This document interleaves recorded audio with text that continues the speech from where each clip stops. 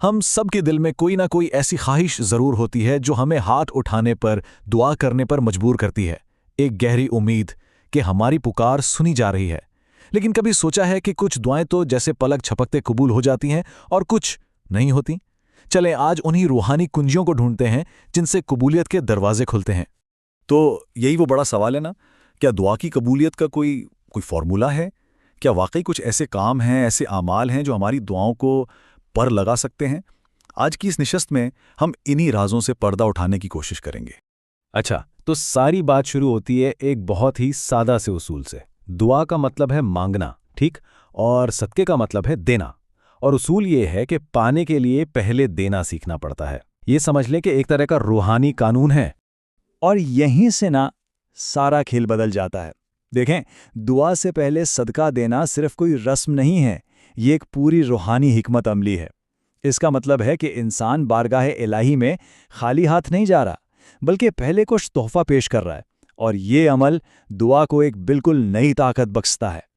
اور اس عمل کی طاقت کا اندازہ اس بات سے لگائیں، امام جعفر صادق علیہ السلام فرماتے ہیں کہ ایک کھجور کا صدقہ بھی اللہ کے نزدیک اتنا قیمتی ہے کہ وہ اسے خود اپنے ہاتھوں سے لیتا ہے اور پھر اسے ایسے پالتا ہے جیسے کوئی گھوڑے کے بچے کو پالتا ہے، یہاں تک کہ قیامت کے دن وہ احد پہاڑ جتنا بڑا ہو جاتا ہے۔ ذرا سوچیں تو ہمارا ایک چھوٹا سا عمل کتنا بڑا انعام بن سکتا ہے۔ تو سوال یہ پیدا ہوتا ہے کہ کیا ہم خدا سے وہ چیز مانگ سکتے ہیں جو ہم خود دوسروں کو دینے کے لیے تیار نہیں؟ اصل میں صدقہ صرف پیسہ دینا نہیں، یہ دل سے کنجوسی اور بخل کی بیماری کو نکال پھینکنا ہے۔ یہ ہمیں یاد دلاتا ہے کہ سخاوت یعنی جنروسٹی یہ کوئی یک طرفہ راستہ نہیں ہے۔ لیکن کیا صدقہ ہمیشہ پیسوں سے ہی ہوتا ہے؟ جی نہیں، بالکل نہیں، بلکہ کچھ بہترین صدقات تو ایسے ہیں جن میں 1 روپیہ بھی خرچ نہیں ہوتا، لیکن ان کا اثر، ان کا وزن بہت زیادہ ہے۔ روایات میں آتا ہے کہ سب سے افضل صدقہ اپنے ان رشتہ داروں کی مدد کرنا ہے جو مشکل میں ہیں۔ اکثر ایسا ہوتا ہے کہ لوگ باہر والوں کے لیے تو بہت دریا دل ہوتے ہیں، لیکن اپنے ہی گھر کے لوگ، اپنے قریبی رشتہ دار محروم رہ جاتے ہیں۔ اس کے علاوہ کسی کو علم سکھانا اور سب سے بڑھ کر اپنی زبان اور اپنے ہاتھ سے دوسروں کو تکلیف نہ دینا، یہ بھی بہترین صدقات میں سے ہیں۔ اور اب ایک ایسے صدقے کی بات کرتے ہیں جو ہم دوسروں کے لیے نہیں بلکہ دراصل اپنی روح کے لیے کرتے ہیں، اور وہ ہے کسی کو تکلیف نہ دینا۔ یہ وہ صدقہ ہے جو ہر لمحہ، ہر سانس کے ساتھ جاری رہتا ہے۔ جب کسی کا وجود دوسروں کے لیے امن بن جاتا ہے نا، تو اس کی دعا آسمان والوں کے لیے باعث رحمت بن جاتی ہے۔ چلیں جی، اب ایک ایسے روحانی راز کی طرف بڑھتے ہیں جو شاید بہت سوں کو حیران کر دے۔ اپنی دعا کی قبولیت کا سب سے تیز، سب سے یقینی راستہ کون سا ہے؟ مزے کی بات یہ ہے کہ وہ راستہ دوسروں کے لیے دعا کرنے سے ہو کر گزرتا ہے۔ تو یہ سسٹم کام کیسے کرتا ہے؟ بہت دلچسپ ہے۔ جب کوئی انسان کسی دوسرے مومن کے لیے اس کی غیر موجودگی میں دعا کرتا ہے تو ایک فرشتہ مقرر کیا جاتا ہے جو کہتا ہے آمین، اور تیرے لیے بھی یہی ہو۔ یعنی یہ تو buy one get one free والی روحانی آفر ہو گئی۔ ایک دعا کریں اور دوسری اپنے لیے قبول کروائیں۔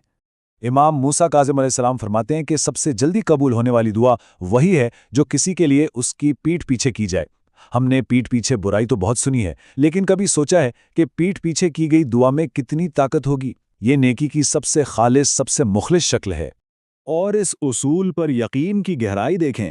عظیم عالم آیت اللہ طباطبائی فرماتے تھے، مجھے یاد نہیں کہ میں نے کبھی خاص اپنے لیے دعا مانگی ہو، میں تو بس دوسروں کے لیے دعا کرتا ہوں، اور مجھے پتا ہے، مجھے یقین ہے کہ وہ میرے حق میں خود بخود قبول ہو ہی جاتی ہے۔ کیا کمال کا بھروسہ ہے! اچھا، لیکن اگر یہ سب کرنے کے بعد بھی دعا قبول ہوتی محسوس نہ ہو تو پھر شاید وقت ہے اپنے اندر جھانکنے کا، کیونکہ بعض اوقات رکاوٹیں باہر نہیں ہوتی، ہمارے اپنے اندر ہوتی ہیں۔ یہ رکاوٹیں کیا ہیں؟ دل میں چھپا حسد جو نیکیوں کو ایسے کھا جاتا ہے جیسے آگ لکڑی کو، دو رخی یعنی منافقت جو انسان کے کردار کو کھوکھلا کر دیتی ہے، اور سب سے بڑھ کر گھر والوں کے ساتھ برا سلوک، کیونکہ خدا ہمارے عوامی چہرے کو نہیں، ہمارے اس اصلی چہرے کو دیکھتا ہے جو گھر کی 4 دیواری میں نظر آتا ہے۔ اور اسی بات کی تصدیق پیغمبر اکرم کے اس فرمان سے ہوتی ہے، اصل کردار کا امتحان تو گھر میں ہوتا ہے۔ خدا انسان کے باطن کو دیکھتا ہے، اور جو شخص اپنے گھر والوں کے حق میں بہترین ہے وہی خدا کی نظر میں بھی بہترین ہے۔ تو ان سب اعمال کا، ان ساری کوششوں کا حتمی انعام کیا ہے؟ یہ صرف اس دنیا کی کوئی چھوٹی موٹی کامیابی نہیں ہے، نہیں، بلکہ یہ ایک ایسی زبردست سرمایہ کاری ہے جس کا اصل منافع